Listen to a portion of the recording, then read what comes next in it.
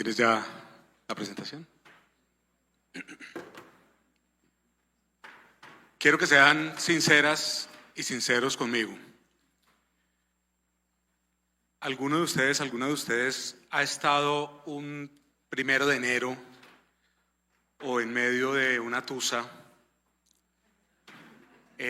o recibiendo unos exámenes, parándose sobre la balanza, la pesa en la mañana y diciendo, mañana empiezo a hacer ejercicio? ¿Alguno le ha pasado eso? ¿Alguno ha tenido esa experiencia? No me engañen que yo a muchos los sigo en Instagram y yo me sé.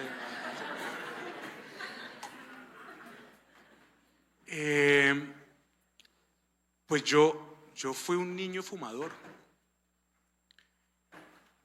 En TikTok circula un rumor y es que la generación X, uno llegaba del colegio, se iba a la calle y no volvía hasta que era de noche.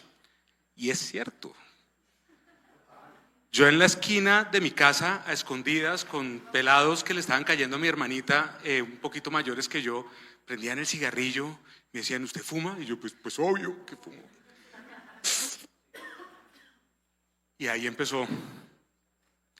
A la altura de séptimo yo ya me fumaba 2 cigarrillos, 3 cigarrillos al día.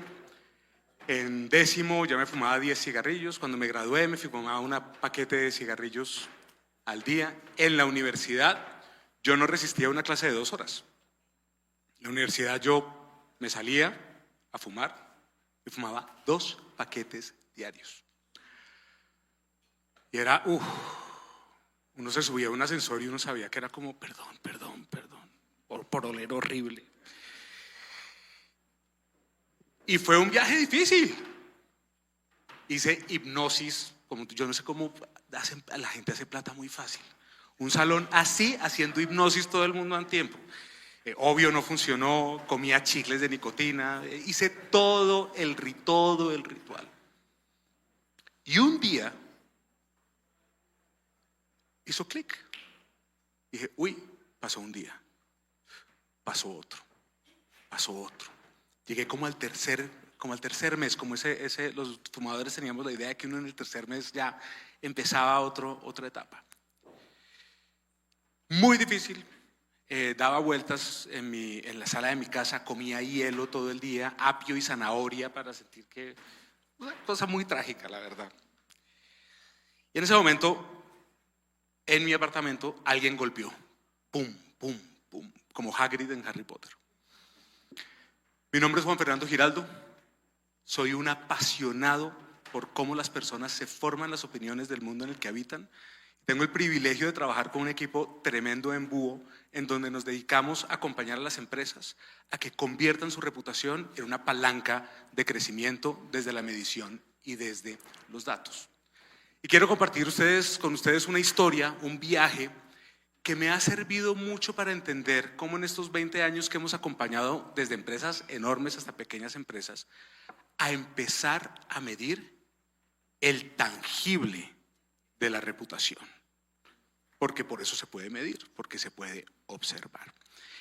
Y lo que espero ofrecerles hoy es 4 ideas muy concretas que les van a servir para empezar ese camino, que es un camino difícil, que es un camino retador, que es un camino sobre todo, a veces las empresas pierden dinero, los equipos pierden tiempo, se crean métricas que distraen sobre los objetivos reales, se tienen conversaciones que no necesariamente están aportando a la estrategia y este camino que les voy a mostrar, que además no me lo inventé yo, esto es un planteamiento que hace la Asociación Mundial de Medición y Evaluación de Comunicaciones en Londres, que reúne empresas como la de Juanita, Edelman, como la mía, Búho, a hablar de las mejores prácticas para medir correctamente la reputación.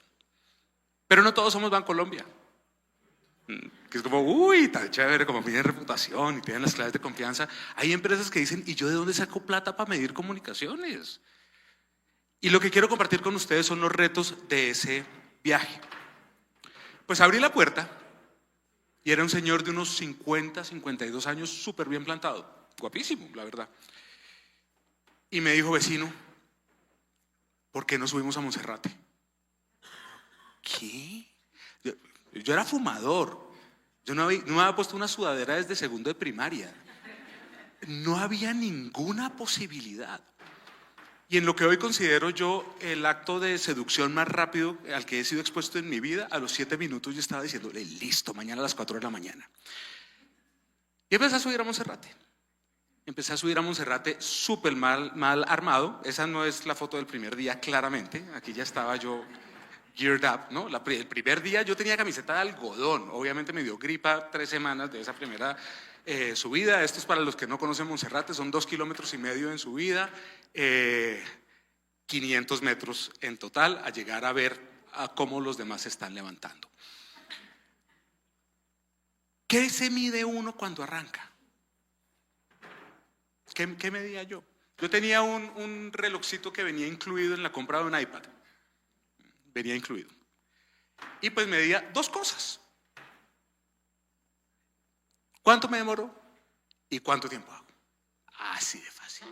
2 números sencillitos. Entonces mi vecino me decía, socio, uno en 46 minutos está arriba. Mi primera vez fueron 1:10 y casi llego sin pulmones. Pero empecé a medir cuánto me demoraba y cuál era la distancia que yo recorría en cada uno de estos eventos. Tenía entonces alguien, un partner, que me ponía la meta, que me sacó a correr, que me sacó a subir montañas, y tenía mi relojito que me medía cuánto tiempo estaba recorriendo y cuánto distancia recorría. Este es el primer paso del viaje de la medición y no es menor. Nosotros atendemos el mercado mexicano, el mercado estadounidense y el colombiano. Y me sorprende el nivel de sofisticación de Colombia cuando uno lo compara con empresas mexicanas.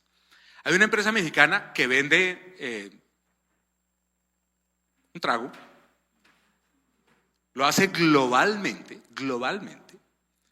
tienen corporativo, tienen sostenibilidad y ni siquiera tienen monitoreo.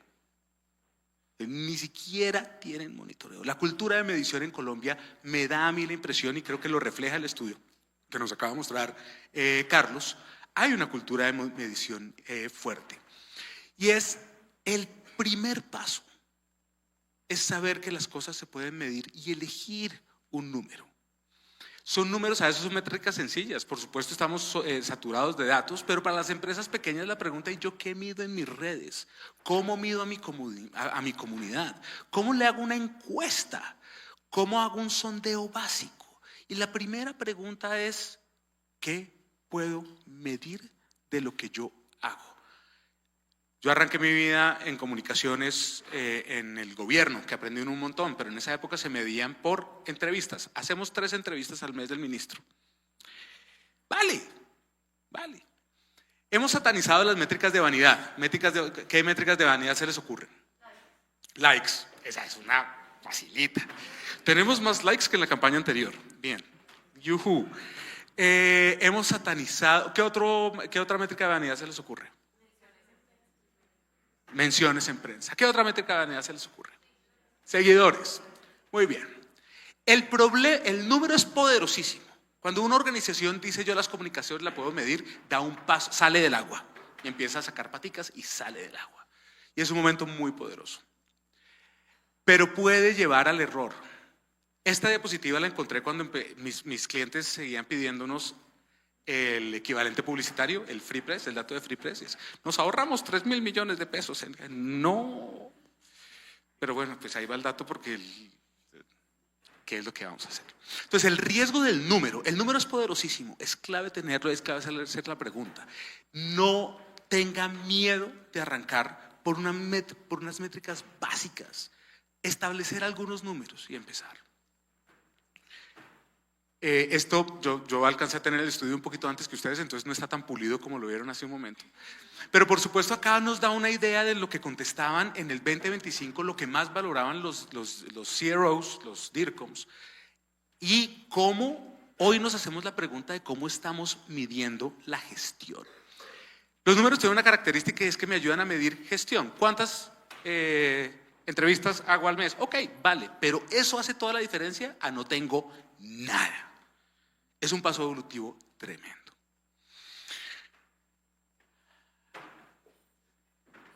Unos años después, no muchos, mi papá murió. 5 de la mañana, suena el teléfono. Parece que mi papá se murió. Y yo la verdad me concentré en cómo que parece, digamos, llámame cuando sepas, como la negación inmediata, ¿no? Llámame cuando sepas qué diablos pasó. Y cuelgo y pues sí, se murió. Como yo, fumó toda su vida, hasta ese momento. Colesterol en 400. Para los que se han medido, eso es el doble de lo máximo que se puede tener. Entonces duro, un golpe tenaz y yo dije, ok, vamos a seguir subiendo a Monserrate.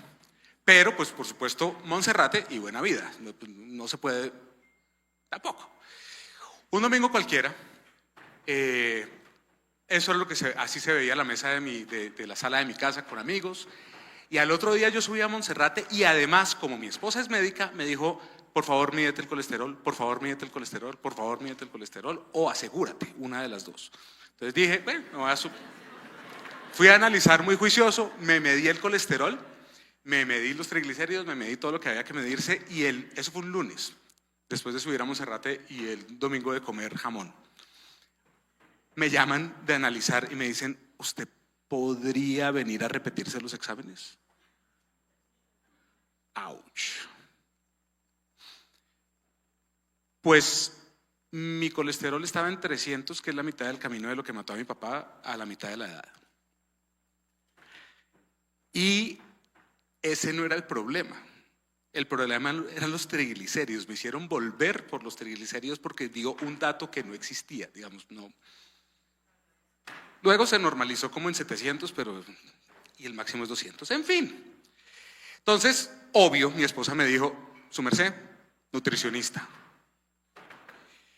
Y la nutricionista me dijo, deportóloga, nutricionista, me dijo, bueno, usted está haciendo un montón de ejercicio, ¿cómo se está midiendo? Y yo, pues, ¿cómo? Distancia y tiempo. Me dijo, no, parce. Yo necesito, y su frecuencia cardíaca subiendo a Monserrate, altísima. No, señor, yo necesito que usted llegue al límite de 160, o si no, se mata. De hecho, yo creo que considerando mis subidas, mi ritmo cardíaco y mi regreso a analizar a los exámenes, en algún multiverso yo esta historia no la estoy contando. Pero entonces me cambiaron las métricas. Me dijo, usted necesita tener el colesterol sí o sí debajo de 200 y se lo va a medir cada 3 meses. Puede seguir haciendo deporte, pero como viejito. Entonces yo, para uno tener pulsaciones de 130, no, pues hay que correr como shuffle. Y así lo hice. Y nos planteamos 2 metas. Una, colesterol de máximo 200. 2, ritmo cardíaco de máximo 160. Esa es la segunda etapa de un modelo de comunicación y de medición de las comunicaciones. Establecer una meta. Eso es cuando los homínidos empezaron a hablar, a decir mamá la primera vez. El progreso que hace una organización cuando en los datos de comunicaciones dice, ok, tenemos 20% de favorabilidad, 30% de negatividad, 5% de adherencia de mensaje. Listo, ahora una meta. Mi experiencia con los equipos de comunicación es que les da terror establecer las metas. Les da terror. Pero es clave decir, el paso siguiente a este dato que tengo es este. Esto también tiene un peligro. Yo no sé cuántos se han visto este documental. Se llama La Guerra en Vietnam. Buenísimo. Es un documental, cada episodio son como 2 horas y media, son 8 episodios. Pero hay un coronel que citan, un coronel del ejército, tratando de explicar cómo fue que Estados Unidos terminó matando a tanta gente inocente. Decía, cuando uno no puede medir lo que es importante, vuelve importante lo que puede medir. ¿Qué pasó en Vietnam? ¿Qué era lo fácil de medir? Muertos. Entonces, pues, chinos armados, solos, y es como, bueno, nos faltan como 15. Los incentivos que genera una organización cuando establece una métrica y una meta son críticos. Entonces, cuando una organización dice necesitamos publicar el doble de artículos, pues lo que genera son los incentivos para ir a los generadores de contenido en masa y no contenido de calidad. El progreso es clave, Y el establecimiento del progreso es clave. Pero el reto fundamental es qué incentivos me se está generando este dato. Acá hay un mensaje que nos dejó Carlos, muy poderoso en mi opinión, y es que les están pidiendo que se midan. Me pregunto si les están dando los recursos para medirse correctamente o les toca con la medición que viene incluida con la estrategia. Entonces es muy importante poder empezar a establecer cuáles son las métricas que yo puedo establecer, no solo para saber que puedo tocar mi trabajo, sino que lo puedo mover, que lo puedo llevar a un resultado. Esta no es tan triste. Yo dije, bueno, estoy subiendo a Monserrate mucho, estoy corriendo mucho, me siento bien del corazón, datos controlados, colesterol por debajo de 200, subo a Monserrate con el corazón por debajo de 160. Le dije, ya era un entrenador diferente, se me ocurre una cosa. Hay una carrera muy bonita por allá en los Andes, que son 3 días corriendo. Y me dijo, ok, el tiempo me da, estoy saludable todavía, Petro no es presidente, las cosas se ven fáciles todavía hacia adelante. Y me dijo, mi hermano, para eso le toca cambiar el polarcito ese que tiene y tenemos que empezar a medirnos TSS y VO2. Yo todavía no sé qué es eso, pero sé que uno mide la capacidad de recuperación y el otro la oxigenación en la sangre. Y bueno, le hice caso, empecé a medirme el TSS y el VO2 permanentemente y logré hacer mi meta, logré hacer lo que quería. Logré correr durante 3 días 100 kilómetros en montaña. Una cosa divina, ¿no? Para una persona que se murió. De hecho, para mí me pareció un homenaje a mi papá en muchas formas. Así lo viví, así lo experimenté. El siguiente paso de la evolución de los modelos de medición, el primero es, las cosas se pueden medir, tienen un costo pero se pueden medir. El segundo es, yo tengo la capacidad de ponerme palancas y llegar a un dato.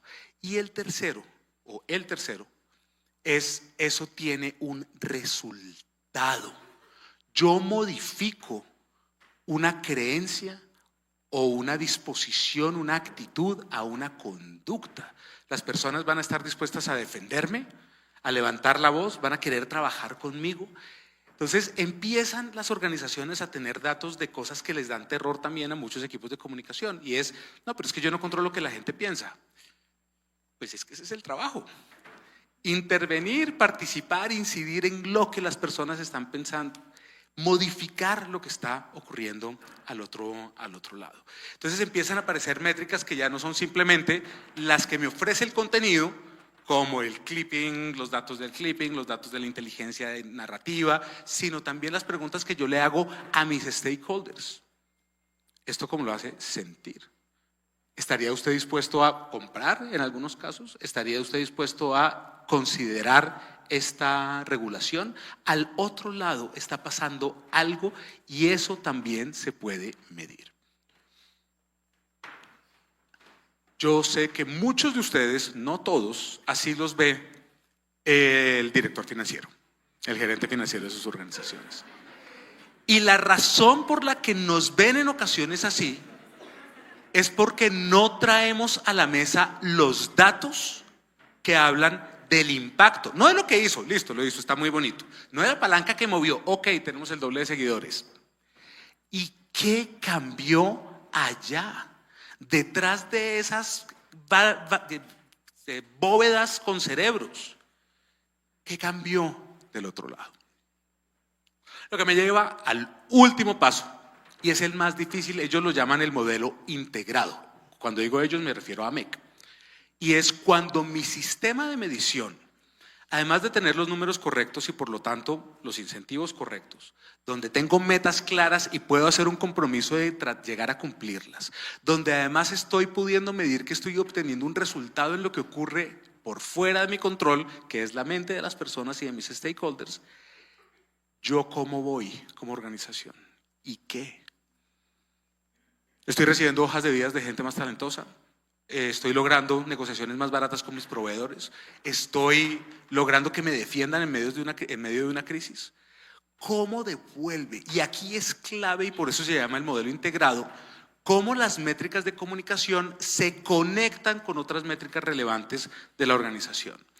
Esa conversación de la que ustedes hablaban con marketing, con comercial, con logística, esa conversación se tiene también que hacer a partir de los datos con los que se están conectando las organizaciones.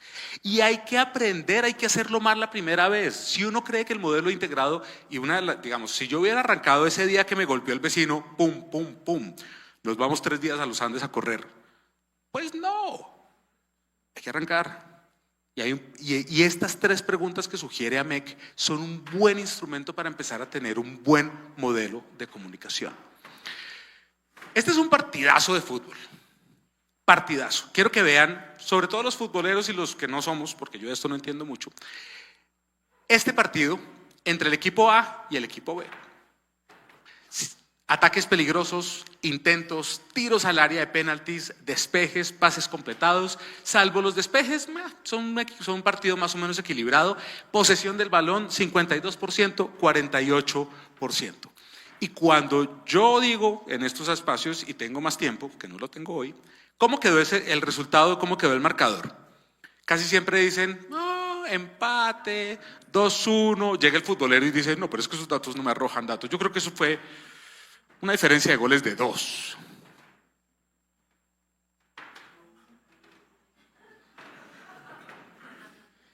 Esa es la diferencia entre gestión y resultado. Por supuesto que se vale medir la gestión. Por supuesto que medir la gestión le da control a los equipos de comunicación sobre lo que están haciendo. Pero nos tenemos que empezar a hacer la pregunta de ¿y cómo mido el resultado? Todas las organizaciones saben que nos toca llegar a las cabezas de nuestras audiencias, a lo que piensan. Y las organizaciones cada vez más tienen claro que solo hay un camino para llegar allá, que es el corazón de las personas. El reto es cuando las organizaciones nos ponen contra la pared y me dicen ¿y cuánto me cabe en la bolsa de esas 2 cosas? Y la pregunta que yo le formularía de vuelta a la organización es ¿tú qué valoras? Y luego pensamos en cómo asignarle una tasa a lo que valoras. Por supuesto que se pueden hacer estructuras de monetización. Yo llevo 10 años en AMEC.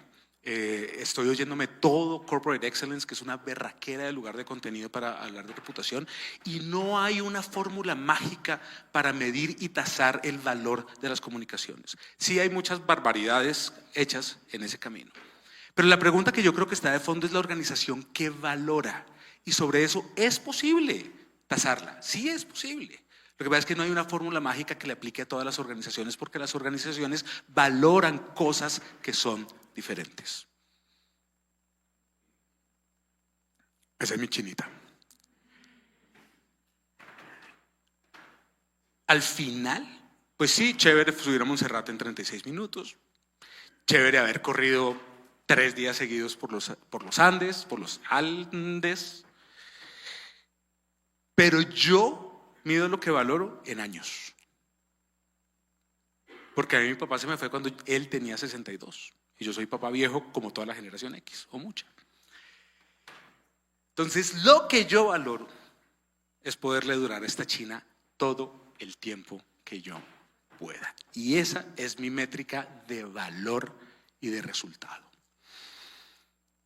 Quiero invitarlos a que piensen cuando arranquen sus estrategias de medición, hacerse estas 4 preguntas. Son 4 preguntas sencillas para permitir entender en qué parte del viaje están, en qué parte del viaje de la medición están. Eso les ayuda a tomar decisiones inteligentes de cómo invierten, qué resultados esperan, qué le pueden prometer de vuelta a la organización, en qué momento de la medición de la reputación están. Hay clientes que llegan, ven un tablero, se enamoran y dicen, deme 3. Luego tienen 3 años de tablero y de data y no tienen ni idea qué hacer con esa información. Entonces, lo que más nos sirve a nosotros es cuando un cliente dice, quiero medir este dato, arranquemos por ahí a construir y luego vemos si le vivimos 17 años cuando esta china tenga 27 años. 3 cosas que quiero que piensen. 1, ¿cuál es la meta? ¿Cuál es la meta a la que el equipo de comunicaciones hoy de manera clara puede aportar. Cambia. No se aferren a esa meta porque es que la tecnología, la metodología de las organizaciones se transforman. Un modelo de medición tiene que ser vivo, tiene que hacerse preguntas difíciles, tiene que decir, ¿y ahora cómo le meto inteligencia artificial a esto? ¿Y cuáles son los riesgos y cuáles son las oportunidades? 2, el instrumento cambia. Chévere tener la medición numérica que viene gratis con la estrategia. Pero cuando eso evoluciona, el instrumento debe ser independiente y se sofistica. Resuelve preguntas diferentes y más profundas. Y tercero, su partner. A mí me golpearon la puerta, un tipo para invitarme a subir a Monserrate. Y al final, pues tenía como un set de un entrenador, deportólogo, médico que me cuidaba en el proceso. Y en el camino tuve una nutricionista que me sacó del lugar terrible en el que estaba. Entonces el partner con el que se hace este camino también cambia. Quiero pedirles que con sus celulares exploren esta herramienta. No es nuestra, esto no es de Búho, sino de AMEC. Como les digo, esto es una organización sin ánimo de lucro que vela por las buenas prácticas y tiene este instrumento. Ustedes pueden ingresar y ahí pueden hacer un formulario de unos 45 minutos. Los invito a que lo hagan con sus equipos, que les ayude a hacer un benchmark inicial de cómo están en el componente de reporting, de planning, de impacto y en el sistema de medición. Y esto es muy chévere porque al final hace unas recomendaciones. Esto es una forma de no hacer el camino solo, el camino de la medición, el camino de mejorar la investigación, el camino de mejorar la inversión en comunicaciones. Por supuesto, yo también estoy a disposición de ustedes. Este es un tema que me apasiona, este es un tema que disfruto. Les recomiendo 2 libros que me parecen buenos. Este ya es viejito, pero todavía tiene su carne, que es Mide lo que importa, que hablan de la cultura, de la evolución de cultura de KPI a OKR. Más allá ya esto es estándar de industria, las reflexiones al interior del libro sobre eso me parecen valiosas. Este libro me pareció muy útil también, me pareció bueno, es académico, es pesado, pero creo que tiene mucha carne, Corporate Reputation. Y finalmente los invito a que nos conectemos.